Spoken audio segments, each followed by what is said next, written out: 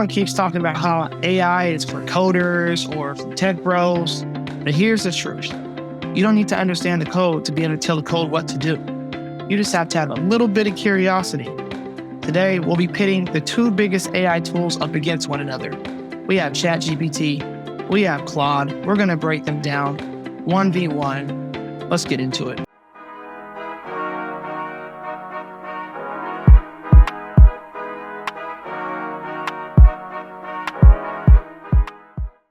AI headlines, sometimes it feels overwhelming. You don't even know where to start. This is the video for you. This is going to be your shortcut. We're going to break down a couple things today. This is not just for beginners. This is for anyone who wants to use this. We're going to break down ChatGPT and Claude with zero jargon. We're going to show real stories of how to use them, how to plan for videos, how to create social posts, how to do email. And we're going to hand you a 3-step experimental process and a framework that you can use, that you can try tonight. I'm not a data scientist. I'm just a creator. I'm learning out loud so you can skip the confusion. First thing we're going to do, we're going to start with ChatGPT. Evita, take it away. Thanks, Casey. Yes, let's get started. First up, hopefully the winner, ChatGPT. It is so easy for beginners. And let me break down a few reasons why we love this for not only ourselves, but for you as well, especially if you're feeling a little bit intimidated right now. First off, just the interface itself is really simple.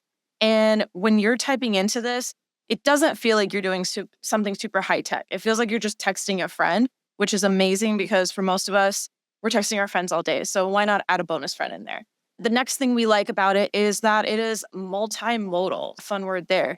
It's going to see images and it can actually hear your voice. So that comes in super handy later on as you start to learn the different features. But just knowing that that's available right now is amazing. The next thing we really like about this is the memory. There's nothing more frustrating than making some progress and feeling like you have to start all over again and thinking, man, I wish I could just reference this or we could go on the same track that we were. So with memory, when you use it properly, it can actually save some of your previous chats and interactions. Maybe unlike your significant other will listen to you, ChatGPT will. So you can actually use that for later on and pick up right where you left off. It saves you a ton of time and a lot of stress. And then lastly, of course, all of us are on a budget at times. We're not trying to drop money on things we don't need. So makes it super accessible. There's actually a free tier and it has a lot of features available on it. You can do an incredible amount with just the free option. But if you are starting to use a bit more volume or would like access to some of the premium features, the paid version starts at only about $20 a month. And that's going to be for unlimited access. I mean, imagine having a personal assistant and all you have to do is pay them $20 a month. I promise you, once you see what this thing can do, it is well worth the money. Let's actually get to it. And instead of just talking about this, let's actually show you a live example of what it looks like to use ChatGPT. I am going to share my screen here. And so some of the examples we shared is using it for your content, using it for emails. So you don't need to have an account for this. You can use a guest version. I probably would go ahead and sign up with an email, even if you're using the free one, so you can get access to those free memory and some of that stuff that'll help you on later. But let's start with, hey, help me create some content. I'm literally going to say, create some content for me. Because let's be real, if you haven't researched this, you might not know what to type. Let's put something simple. And right off the bat here, it's pulling up what it needs. Please know that too, that it's going to guide you as you go. And it's going to say, hey, what's the topic we're talking about? What type of content is this for? What's the format? What's the length? Do you need it to be shorter or longer? So you can fine tune these things. Obviously, as we go, it'll dive a little deeper, but knowing that as you learn the prompts and how to use this better, you'll get much better output. But in the meantime, you can still do as much with that. Let's say we're changing gears and maybe you don't need content help right now, but you need help writing an email. Maybe we are a content creator and I need help writing an email to my client. Can you help? Easy as that. Type it in. It thinks for a hot second. And then it's going to ask you a couple questions. This one's asking us, what's the purpose? Who's the client? Do you want it to be formal? To keep it simple, let's say it's going to be casual to let them know what we offer. Bullet points would be great. Right now, it's going to generate that. It even gives you the subject line, so you don't even have to think about it. And there you go. There's your fully written email. And it took us, what, a matter of a few seconds? Pretty cool stuff that we can do there with it. Something to keep in mind. Although we love our assistant, everything has things to be cautious of, right? So the way ChatGPT is built, it's meant to be agreeable. It is meant to be the one that's going to please you, to say yes. And so make sure we're considering that as you're writing prompts. So if you ever get something you're going, I don't know if that's right, or you want to challenge it, that can be a great thing to keep in mind of going, hey, can you consider some alternate perspectives? Or you don't have to agree with me. What would you recommend? Or what would someone else recommend? And that can help some of your results. But again, this is just meant to be a support, an aid, an assistant, if you will. It is not meant to take your place. But overall, keep in mind, even though we're starting, it's always going to be better to have this than to not. But in general, a generic prompt is going to get you generic results. So the more that you hone in on how to generate those prompts and the prompt engineering, the better your output's going to be. And we will actually be talking about that in one of our videos down the road. So make sure to look for that if you'd like some more help on it. But essentially, think of ChatGPT as your amazing, top-notch intern. So they need clear guidance. They're going to get you great results. If you give them very vague, sloppy instructions, you're probably going to get sloppy work. But that's all I have for ChatGPT right now. I am going to pass it over to Casey so we can break down Claude for us. Okay. So I think she made a good case. And personally, I use ChatGPT, GPT-2, but it's okay. We're going to talk about Claude today. So Claude is, some might say, the rival of ChatGPT. I don't necessarily see it like that. I think it's just a good alternative option. So let's talk about what makes Claude great. First things first is the massive memory. So for those nerdy like myself, it does about 200,000 tokens and context windows. So what does that mean? Pretty much means that it can remember up to 150,000 words. So to put in simplest terms, it has a ton of memory. So that way you can talk to it, you can type to it all day, and it's going to respond to you and remember previous conversations that you've already had. Next thing, Claude is a little bit more gentle with their writing. It's more a little bit thoughtful style.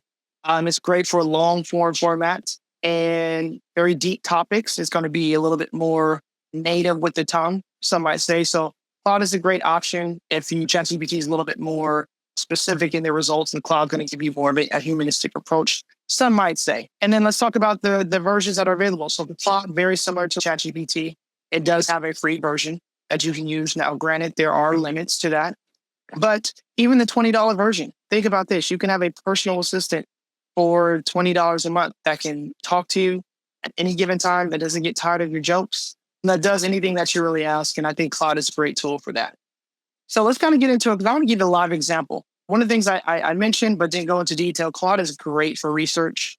And I think a lot of people aren't too familiar with that. So let me share my screen here, and we're going to talk about this a little bit more. Okay, so we are on Claude's free plan. As you can see, I have not paid the $20 for the assistant yet.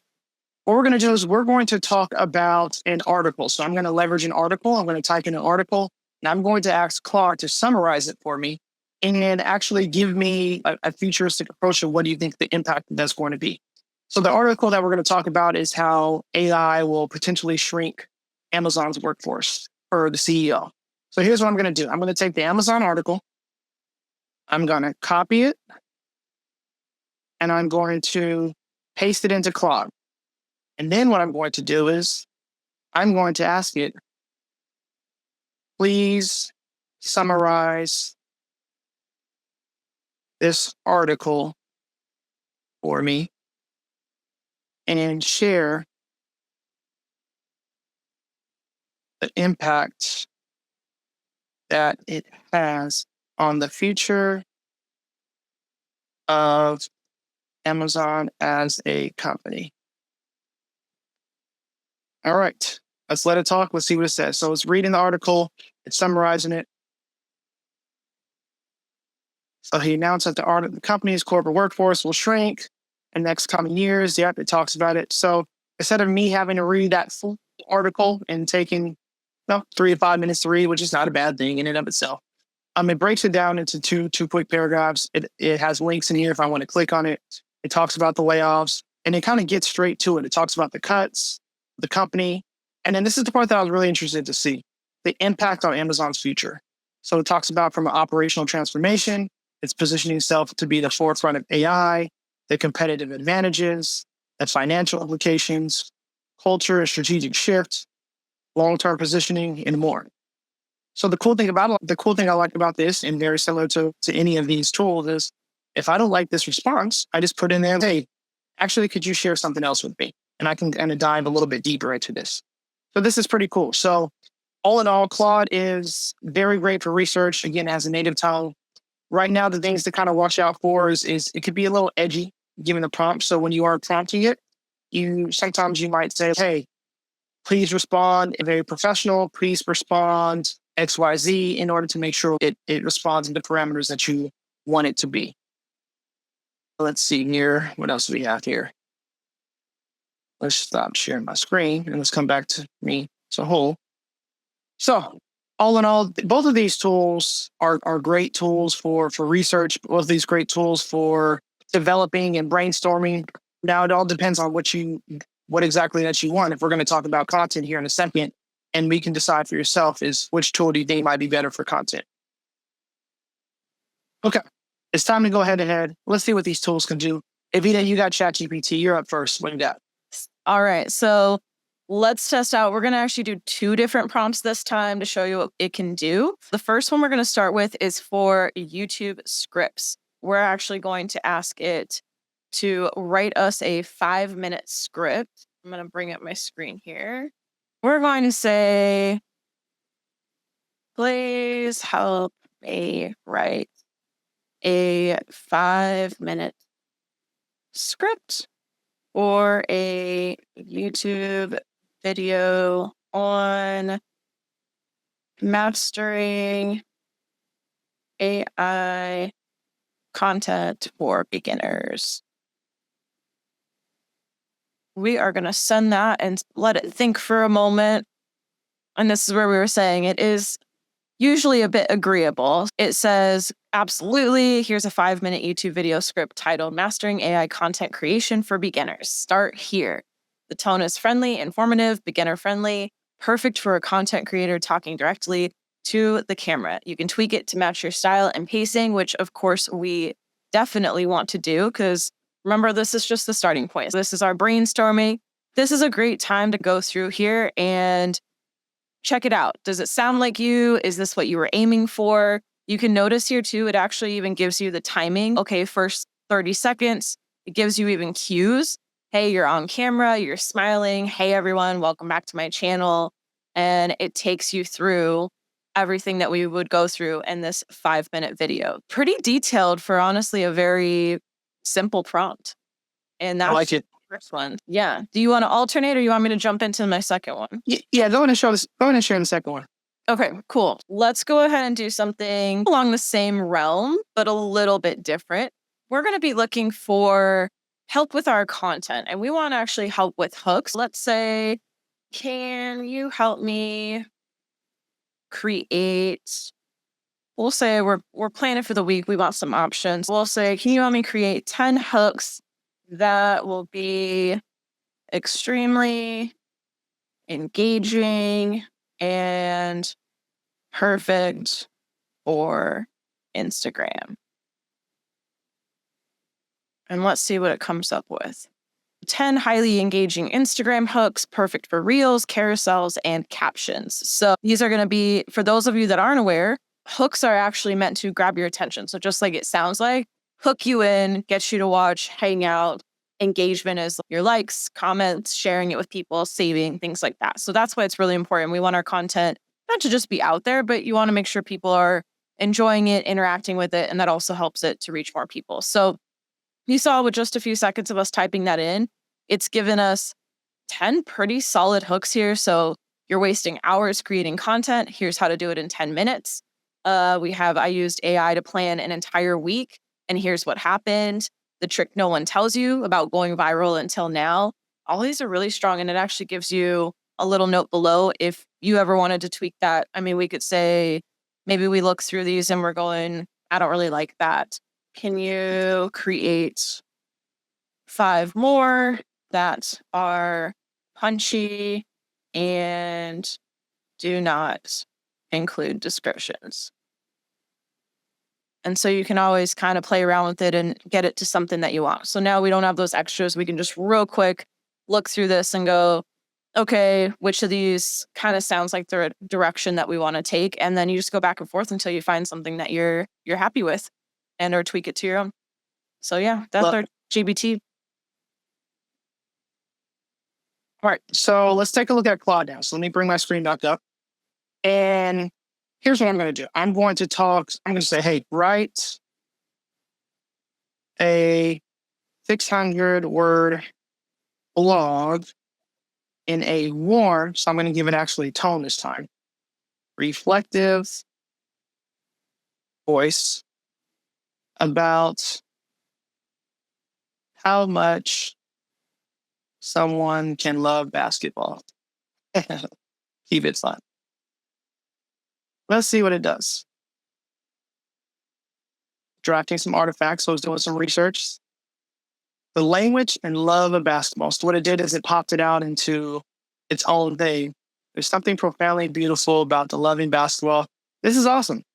Look what it just did. It clearly just took something like this, a simple blog, and I didn't even give it too much detail, and it popped this out. Really cool, really amazing what we can do with AI right now. All right, let's try one more thing, and then let's see. Help me outline a 5-module beginner guide to starting a YouTube channel. See what it has for us.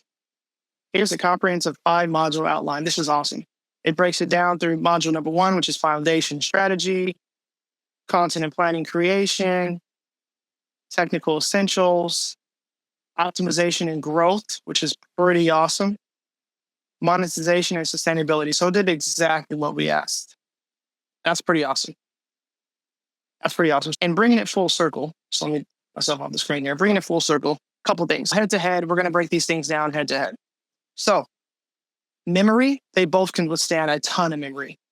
Claude at this point has a little bit more bandwidth when it comes to memory, but ChatGPT still has a ton of memory that it can take in. As far as a voice input, originally, with the exception of maybe the last couple of weeks, ChatGPT was the only one that had a native voice option. So now Claude, you can actually use via app, so you can talk to it and it can do the same things that we just typed in. So that's pretty cool. Both of these tools are extremely fast. For a deep doc analysis, I would probably lean towards Claude for a little bit more research and deeper dive data. But to be fair, ChatGPT now has a couple additional tools in their deep research, so they can kind of go hand in hand with it now. And then from a price point, like we both shared earlier, both of these have a free version. So I suggest you definitely start off with the free version. And then for a personal assistant for $20 a month, sign me up for either one of these. Rule of thumb, I would use ChatGPT for quick brainstorming, voiceover. I would use Claude a little bit more for digesting larger documents. And if you want more of a reflective or more of a personable response. But ultimately, at the end of the day, you can always use both of these and still win. All right. So definitely broke down lots of great examples, lots of great comparisons between these two awesome apps of Claude and ChatGPT. To be honest, I used to think that AI was for Silicon Valley tech geniuses. I definitely didn't think it was for me or that I'd be able to figure out stuff like this. And then once I did find ChatGPT and it really started helping me to brainstorm and work through different ideas and build up the business and just make life easier. It honestly just felt like having a 24/7 assistant and honestly just a coach of basically whatever I was needing in the moment. That was it. And I mean, you can't compare that to anything else. So it definitely flipped my mindset from looking at AI and feeling more of that uncertainty, but I don't know if that's for me, to more of a stance of collaboration and realizing there's a lot we can do together.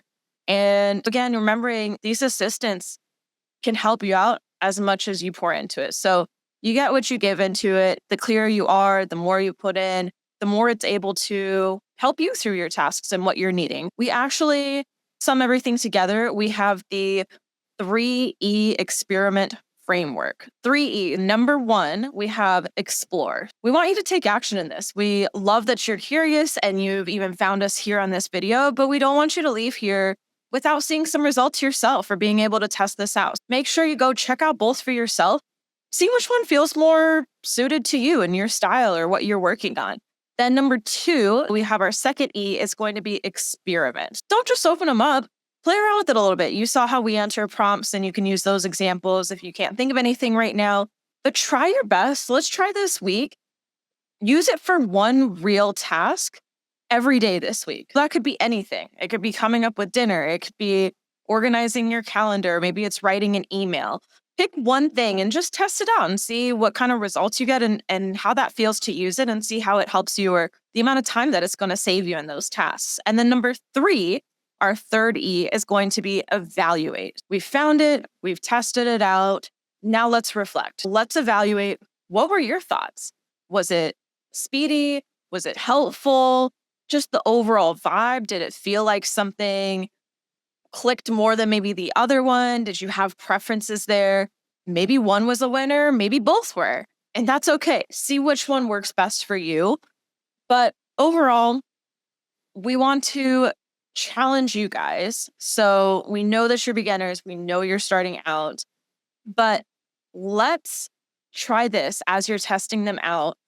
Do a little bit closer than what we did. We did a little bit different examples, but go ahead and put the same question into each and just see how it answers. You could type in there, what content should I post next week if I'm new but excited about AI? Now, if that doesn't fit where you're at, try something different. But if you can't think of anything, we don't want that to stop you. Feel free to use that prompt and then compare the answers. Come back, let us know in the comments. We'd love to hear which answer you liked, what answers it gave you. Were you surprised by the answers you received? Just your experience overall. We'd love to see you drop a hashtag of Week of AI if you complete the week. If you don't, no hard feelings. We're just glad that you're curious and checking it out. We'll try to feature some of those stories as we see them.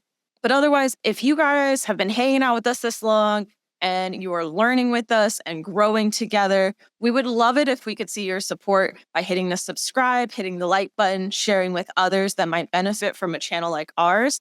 And otherwise, we will catch you on our next video. We are not done learning yet, so we'll see you on the next one.